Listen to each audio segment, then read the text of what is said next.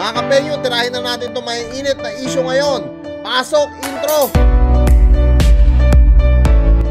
Hey, what's up sa inyo mga kapenyo? Kamusta kayong lahat? Alam ko naman na medyo matagal nyong inantay, no, yung ating pag-a-upload. Katunayan nga, may mga solid kapenyo tayo na sobrang natouch ako, na talagang sinasabi nga, kapenyo, kailan ka mag-a-upload? Ba't di ka na nag-a-upload? Mga kapenyo, no, lahat tayo napapagod, no? Lahat tayo, minsan kailangan natin ng pahinga, no? So, sa madaling salita mga kapenyo, wag na natin patagalin, nagpahinga lang kami ng aking pamilya sa Paris, sa Europe, at talagang na-enjoy naman namin yon. Antabayanan nyo yung ilang upload ko na yung pagpasyal nga namin sa Europe, talagang malupit din yon mga kapenyo, no? So talagang medyo nawala tayo sa social media ng 3 weeks kasi matagal din tayong nagbakasyon, no? At dito nga mga kapenyo, no, may nabalitaan ako, no, na talagang kapwa pa natin social media influencer ang tinira nito ni Nognog TV, ni Alvin TV po. Putang ina, ang lupit naman kasi talaga ng ginawa sa kanya. Sipin nyo mga kapenyo ginawan ni Blackbeard ng reaction video etong si Nognog. Isipin nyo, puta, biglang pina-strike siya. Puki. Ang lupit mo talaga, Nog.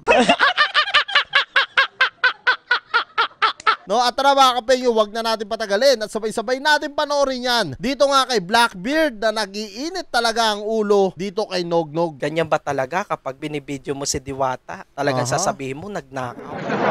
Oo, tinawag siya. Sagutin mo, madam, lakas ng loob Hindi, inaano ko tong tao na to kasi makapal ang mukha. Grabe, no? Siya na nga nanggagatas kay Diwata. Tapos, ikaw nga nagnakaw ka ng pagkatao ng tao, di ba? Oo nga naman, putang ina. Doon pa lang, no? May punto, no? Yung sinasabi ni Blackbeard dito na kung saan, ikaw nga nagnanakaw ka ng pagkatao. Bakit nasabi ni Blackbeard yan? Kasi mga kapenyo, una sa lahat, 24 oras. Ito si Nognog TV dito kay Diwata palagi. Na kung saan puta, halos talagang videohan ng buong pagkatao, no, neto ni Diwata. Tapos ngayon tatawagin niya na magnanakaw ang kanyang kapwa influencer. Ang lupit mo, Nog.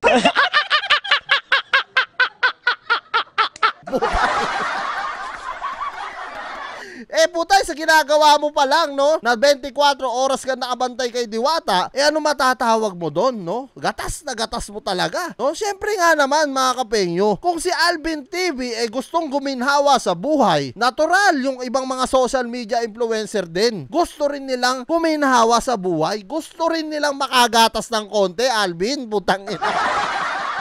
Hindi mo nauunawaan yon, antindi mo naman, Brad, no? Isang video lang pala ni Blackbeard, mga kapenyo, no? Tapos wala pa raw atang 1 hour, pina-strike na siya, no? Neto ni Alvin TV. Ang lupit, mga kapenyo, sobra. Oo. Diyos ko, sa i-video mo, bigay ko yung $60, oh, di ba? Yung video na yon, ano lang, wala pang dollars, bigay ko yung 60 pesos. Yun lang, yung taong gumagawa ng ganyan, ipadiyos mo na lang, Miss Black. Oo, totoo. Oo, totoo yan. Nintay ko nga na alisin niya yun yung pagre-report niya sa akin. Wala, hindi na pala maalis yun. Oo, totoo yan, no. Once na mapa-strike ka na ng tao, no, sa Facebook, talagang 90 days yan, mga kapenyo, na talagang kahit anong upload mo, walang nakakakita ng video mo, no? Kumbaga parang naka-silent ka, no? Talagang hindi nakikita. Kaya mahirap po na ma-strike sa Facebook. Unlike sa YouTube, kahit may strike ka, pwede ka pa rin kumita at pwede ka pa rin mag-upload. Sa Facebook, hindi ka nakikita. Antayin mo talaga yung 90 days. Grabe talaga yan. Ang sabi niya, meron daw siyang yung automatic na nagre-report. Ako, wag mo kong ngal-ngalin. Puta, ginawa pa siya tanga rito. No? Meron daw siya automatic na nagre-report sa kanya. Pukin na. Ang lupit mo, Nog. Putang ina, ikaw na talaga, Nog. Puta, grabe tawa ko rito, Inuutupan niya si Blackbeard dito, Huwag mo kong ngal-ngalin. Napakabait mo daw, sabi nila Sana all.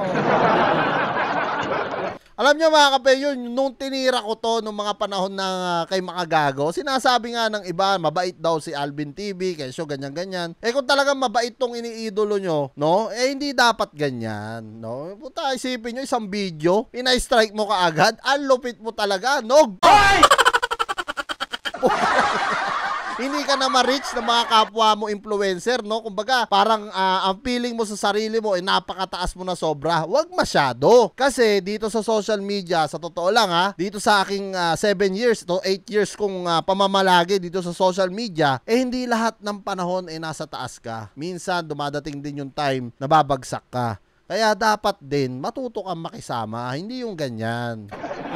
At hindi ako nagmamakaawa dito kay hindi ako nagmamakaawa dito sa mga tao na to, sa mga followers ko Alvin, baka nagmamakaawa ako kasi ako kahit hindi ako mag-vlog, may pera naman ako. Paano na kapag wala na si Diwata? Oo. Yan, yung sinasabi nga ni Makagago rin dito, no, na kung saan, paano na Alvin, no, pag nawala na yung ginagatasan mo na si Diwata. Totoo yun. Paano pag bumagsak na? Puta, edi ang bagsak din neto ni Nognog. Puta, baka na rin, parisan na rin. Gago! Puta, magkalaban na sila ni Diwata. Yan yung kinakatakot ko, no? Pagka, magtatayo na rin ng parisan itong si Nognog TV. Puta. Iba ka talaga, Nog.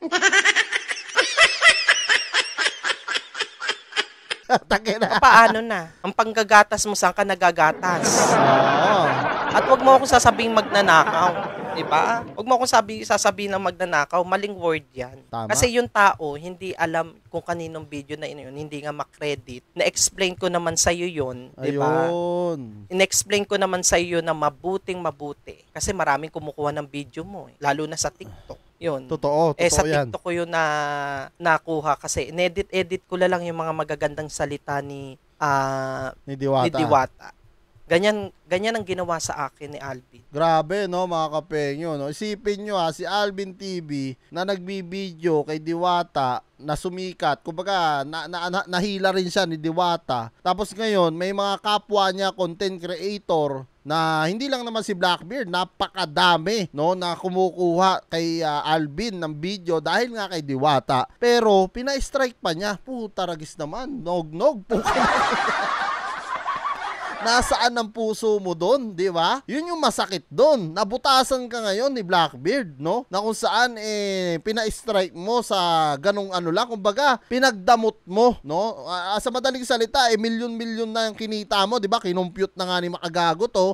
Talagang kung kumita to si Alvin, puta, 1 million pataas siguro to kada buwan. Tapos isipin nyo, no? Yung kakarampot, no, na isang mga vlogger na katulad nito ni Blackbeard, hindi pa niya napagbigyan po. Sa madaling salita, madamot! Dumi-dumi mo! Visit ka talaga, Nog! Wala na tayong magagawa. Nandiyan na yung report. Wala na. Oo, wala na. Hindi niya na mababawi yun. Di ka nga makasagot kay Makagago eh. Di ba? Totoo. Di ka nga makasagot kay Makagago eh. Di ba? Oh my God. Kawawang tao. Madam, bulburan natin yan ng pamintang durog, ng bunganga yan. Grabe yan. Saan ka na pupunta kapag wala na si Diwata? Diba? Ang lakas ng loob mo. Ako pa talaga, no? Ano ba sabi mo sa mga kaibigan mo? Ni-report mo nga. Kasi nga, ikaw mismo nag-report. Totoo yun. Kasi kung di naman siya talaga i-report, mga kapenyo, no, ng may-ari ng video, hindi naman mangyayari sa kanya yan. Sa totoo lang, alam nyo, sa iba nga, mas mainam pa na nire-reactionan sila, mas natutuwa sila doon sa mga iba, na content creator. Dahil nga, mas lalo silang na-expose. Kumbaga, katulad yan, no? Si Blackbeard, ginawa niya yung video neto ni Alvin TV na kung saan gusto pala neto ni Alvin na nakalagay siya po. Kaya problema nga, kay Diwata kasing content yon, kaya hindi alam ni Blackbeard na kailangan ka pa niyang ilagay, hayop ka, Nognog ka po. Sa sobrang selos ng gunggong, ayun, pina-strike etong si Blackbeard, puta. Si Lawson, puta. Ayop ka talaga, Nog. Napakatindi mo. Pero sana, no, magisilbing aral to sa'yo. Wag mo naman sanang gawin din yan sa mga kapwa influencer mo. Kahit pa tinitira ka, hindi mo dapat gawin. Ayaw mo nun, tinitira ka, lalo ka nga na-expose. Putang ina, ako nga, pagka tinitira rin ng ibang tao, mas natutuwa ako eh. Alam mo kung bakit? Kasi lalo sumisikat ang pangalan mo, lalo kang tumutunog, lalo kang nakikinang. Kumikinang ka sa mga tao. Kumbaga, lagi kang pinag-uusapan. Dapat ganun. No, hindi yung putang ina, napakaliit ng kokote mo para gawin yun, no? Isipin mo, napakaraming mas sikat pa sa'yo na influencer. Never na ganyan. Wamos, no? Awit Gamer, Boy Tapang, putang ina, never nagpapa-strike yan. Christian McGray, at kahit sino-sino pa, no, makagago, no, sino-sino pa mga influencer, Jonah, talagang mga kilala pa yan sa'yo, pero hindi nila ginawa yun kasi natutulungan din sila, no, ng mga tao, ng mga small YouTuber para maging isang sikat. No? Isipin nyo na lang kahit Ivan Alawi, content nyo yan, putang ina, never kayo papa-strike nyan. Diba? Dapat ganon, Alvin, no? Matuto tayong makisama sa mga kapwa natin social media influencer. So yan mga kapenyo, kung kayo nga ang tatanungin ko, anong masasabi nyo dito kay Nognog TV, pukin na Alvin TV pala. Napakalupit ng ginawa talaga nito kay Blackbeard. Comment nyo na lang down below lahat ng mga opinion nyo mga kapenyo at lahat po yan mababasa ko. Maraming salamat mga kapenyo at kita-kita na tayo sa susunod kong reaction videos.